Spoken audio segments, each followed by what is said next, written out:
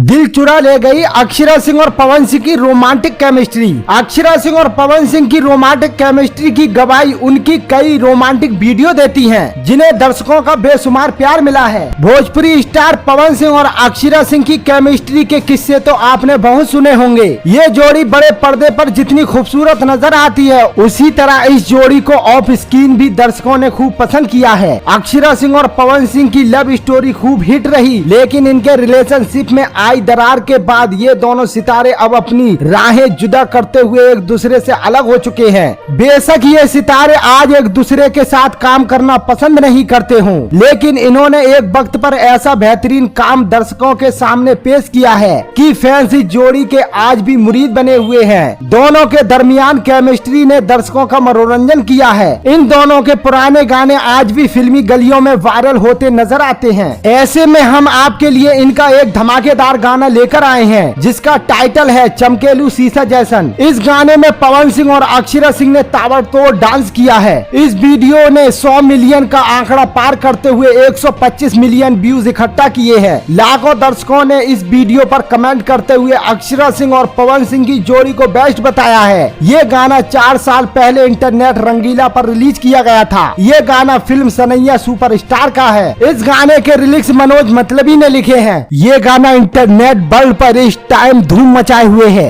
दोस्तों, आप भी इस गाने को एक बार जरूर देखें और भरपूर मनोरंजन लें। और ऐसी ही इंटरेस्टिंग न्यूज खबरों के लिए मेरे YouTube चैनल को सब्सक्राइब करना ना भूलें।